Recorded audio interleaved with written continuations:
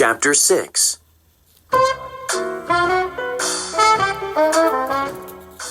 Before we see her, I just want to ask you one thing, said my dad in the elevator of the building on Lakeshore Drive where Grandma Leah lives. What's that? I asked. Grandma Leah is in her 80s. Do you really think it's safe to tell a woman in her 80s that her dead father is now a cat? Grandma Leah is a very peppy, open-minded person, I replied. I'm sure she'll take the news okay.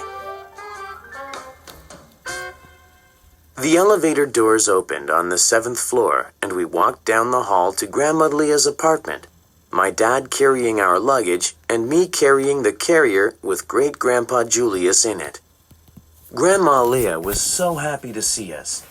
She kept hugging and kissing us all over the place. When we were all settled in her apartment, she noticed the cat carrier for the first time. Don't tell me you brought an animal all the way to Chicago, she said. Not just any animal, Grandma, I said. A very special animal. Special in what way? Asked Grandma Leah. Special in the way that he is not only a cat, he is also a member of our family, I said. In other words, you love him so much you feel he's a member of our family? Asked Grandma Leah. I looked at my dad and then back at Grandma Leah. No, I said. I mean, he really is a member of our family. And with that, I opened up the cat carrier. Grandma Leah and Great-Grandpa Julius took their first look at each other. Grandma Leah, I said, I believe this is your father, Great-Grandpa Julius. Grandma Leah stared at the cat in silence for a moment, and then shook her head. No, she said. I don't believe it is. My father was taller. Leah, dear, said Great-Grandpa Julius, it's so wonderful to see you again. How have you been all these years, my darling? It's talking to me, said Grandma Leah in a very strange voice. A cat is talking to me in the English language. He is, I said. Leah, dear, said Great-Grandpa Julius, I may be a cat, but I'm also your father. It's still talking to me, said Grandma Leah. Am I right about this, that the cat is still talking to me? You're right, I said. Tell the cat I said it's not my father, she said. Why don't you tell him yourself, I suggested. I don't talk to cats, said Grandma Leah in the same strange voice. Grandma Leah says you're not her father, I said. I heard her, said Great-Grandpa Julius. What am I, deaf? Then the cat softened his voice. Leah, dear, don't you remember me? It's Daddy. Tell the cat I said that we never called my father by the name of Daddy, said Grandma Leah. Ask it what we called my real father. She says, what name did she call you? I asked. I heard her. Great-Grandpa Julius's voice was rising. You don't have to repeat everything she says. Well, then what name did she call you? It wasn't Daddy, said Great-Grandpa Julius. We've already heard her say it wasn't Daddy, said my dad. Of course it wasn't Daddy, said Great-Grandpa Julius, because it was Father. Grandma Leah shook her head.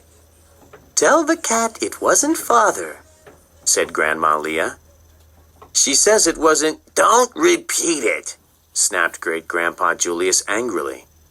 Then he quickly recovered his composure. It wasn't Father. Of course it wasn't Father, he said. Father was what I called myself. What you called me was Papa. Tell the cat it wasn't Papa, said Grandma Leah. Oh, boy, said Great-Grandpa Julius. Could I ever use a good cigar or a glass of schnapps right about now? Leah, dear, I'm over 100 years old. I've been a caterpillar, a moth, a mouse. I've died many times, so my memory isn't quite what it used to be. Could you please give me a break here and tell me what you used to call me?" "Go on, Grandma Leah," I said. "Tell him what you used to call him." "I didn't call the cat anything," she said.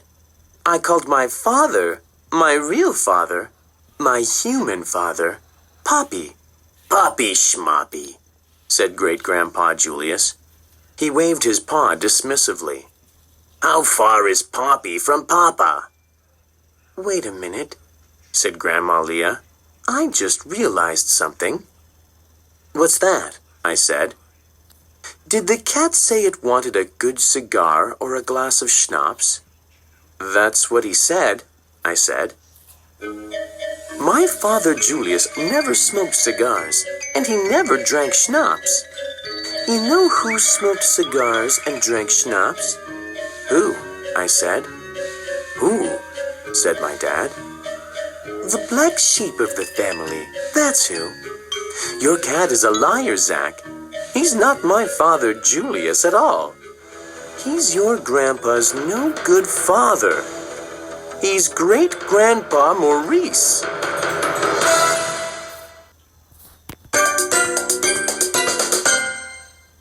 Chapter 7.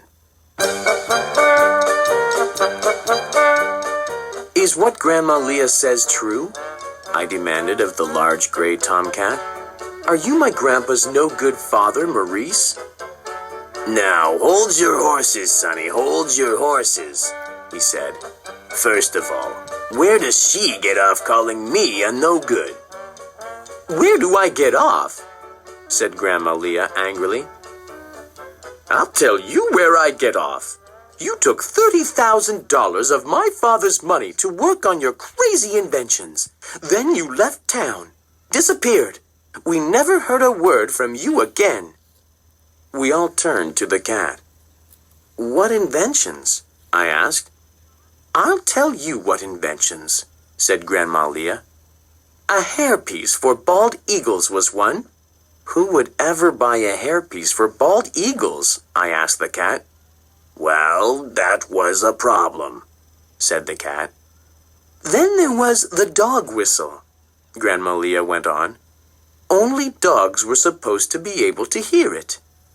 "That sounds better," I said. "Except for one little thing," she said. The cat looked embarrassed. "Dogs could not hear it either. You blew it, and all the mice in the neighborhood came running." "Did you invent anything that worked?" I asked. "Yes," said the cat. "A sweater for Dashuns in the shape of a hot dog bun.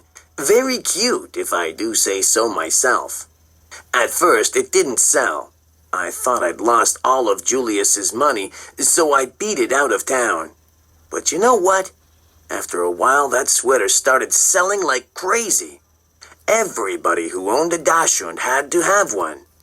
I made back the whole $30,000. I had it sent directly to a secret bank account in Chicago." "A secret bank account?" I said. "In the Morton F. Acropolis Savings and Loan Association of Chicago," said the cat. "I was coming to Chicago to pay Julius back when I got hit by a Greyhound bus." We all stared at the cat. "Great-Grandpa Maurice," I said gently, "you've told us many things that weren't true. How do we know what you're telling us now is the truth?" "First thing tomorrow morning," he said. "Take me to the Morton F. Acropolis Savings and Loan Association of Chicago. Then you'll find out."